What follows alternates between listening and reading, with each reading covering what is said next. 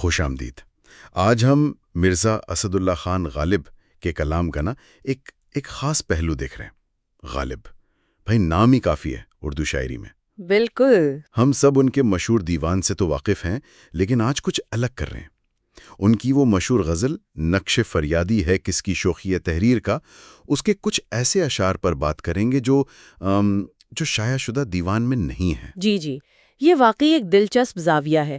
ہمارے پاس بھی دیکھیں ڈان اخبار کا ایک مضمون ہے، وکی سورس، ریختہ، ان ذرائع سے کچھ معلومات ہیں جو اشارہ کرتی ہیں کہ غالب نے یہ انتخاب کیوں کیا۔ صحیح۔ تو ان غیر شامل شدہ اشعار کا جائزہ میرا خیال ہے ہمیں غالب کی فکر، ان کے معیار اور شاید ان کی شاعری کیسے بدلی وقت کے ساتھ یہ سمجھنے میں مدد دے گا۔ تو آئیے ان چھپے ہوئے موتیوں کو ذرا کھوجتے ہیں، آج دیکھتے ہیں کہ یہ غالب کی شاعری کی کون سی نئی پرتیں کھولتے ہیں۔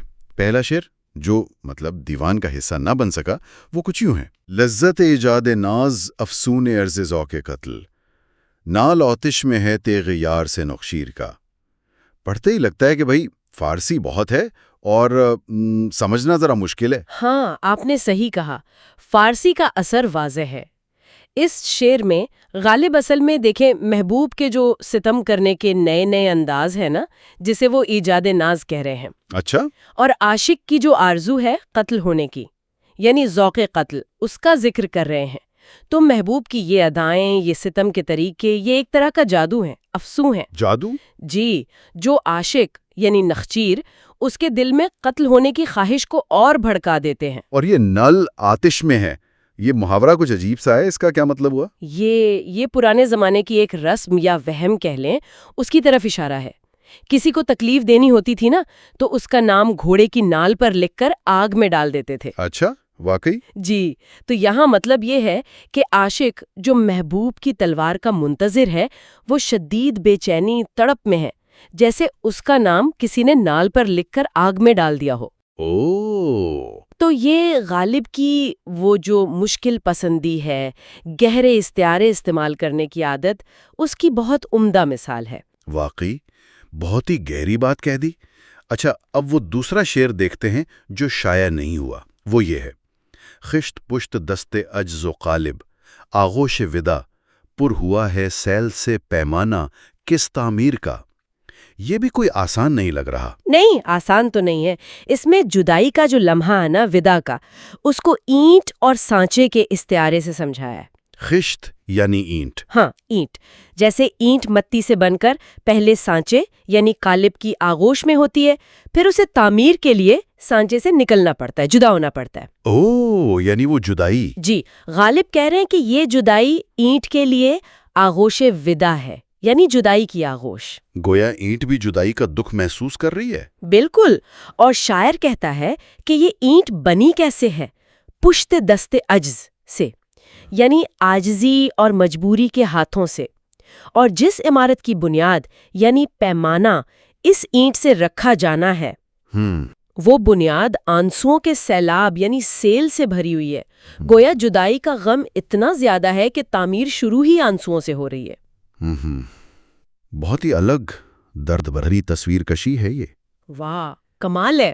اچھا، اب آتے ہیں اس شعر پر جو غزل کا اصل مقطع تھا، مطلب آخری شعر، جس میں شاعر اپنا تخلص لاتا ہے، اور اس میں غالب نے اپنا پرانا تخلص اسد استعمال کیا ہے۔ وحشت خواب عدم شور تماشا ہے اسد، جو مزہ جوہر نہیں آئینے تعبیر کا۔ جی، یہ شعر بھی آئینے کے استعارے پر ہے۔ دیکھیں، پرانے زمانے میں آئینے دھات کو چمکا کر بناتے تھے۔ ہاں، سنا ہے۔ ان پر جو باریک سی لکیریں ہوتی تھی نا، جو چمک پیدا کرتی تھیں، انہیں جوہر کہتے تھے۔ یہی جوہر اصل میں عکس بناتے تھے۔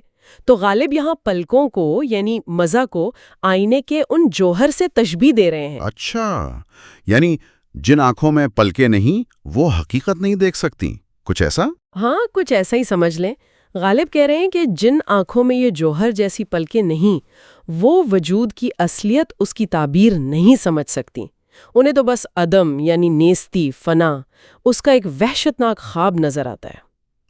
اور وہ خواب بھی ایک شور اور تماشے جیسا ہے۔ خواب اور تعبیر کا جو تضاد استعمال کیا ہے وہ بھی کمال ہے۔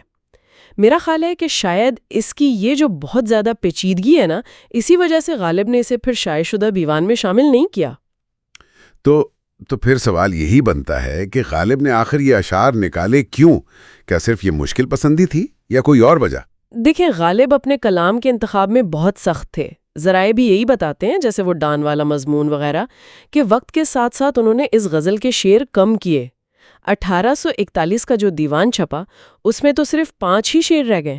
صرف 5؟ جی، تو ہو سکتا ہے انہیں لگا ہو کہ یہ اشعار اپنی فارسی آمیزی کی وجہ سے یا بہت زیادہ پیچیدہ ہونے کی وجہ سے، یا شاید غزل کا جو ایک مجموعی مزاج بن رہا تھا اس سے ہم آہنگ نہیں تھے۔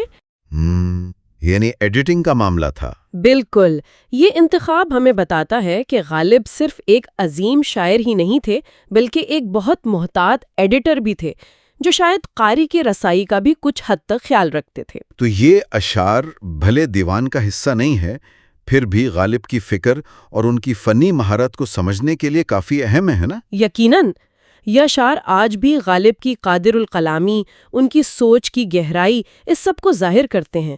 ان کو پڑھنے سے ہمیں اندازہ ہوتا ہے کہ غالب کا کلام کس تخلیقی عمل سے گزر کر ہم تک پہنچا ہے۔ صحیح۔ اور اس سے ایک بڑا سوال بھی ذہن میں آتا ہے کہ فن میں کیا ہمیشہ سادگی ہی بہتر ہوتی ہے، یا پھر پیچیدگی کی اپنی ایک الگ اہمیت ہے، بھلے اسے سمجھنا مشکل ہی کیوں نہ ہو؟ یہ تو سوچنے والی بات ہے۔ بالکل، یہ ایک ایسا نقطہ ہے جس پر شاید سامعین خود بھی غور کر سکتے ہیں۔ ہو سکتا ہے ریختہ یا وکی سورس پر جا کر اس غزل کے شائع شدہ اور غیر شائع شدہ دونوں طرح کے اشعار کو ایک ساتھ پڑھ کر اپنا ایک تاثر قائم کریں۔ بہت خوب۔ تو آج ہم نے غالب کے کلام کے کچھ ایسے گوشوں کو دیکھا جو عام طور پر نظروں سے اوجھل رہتے ہیں۔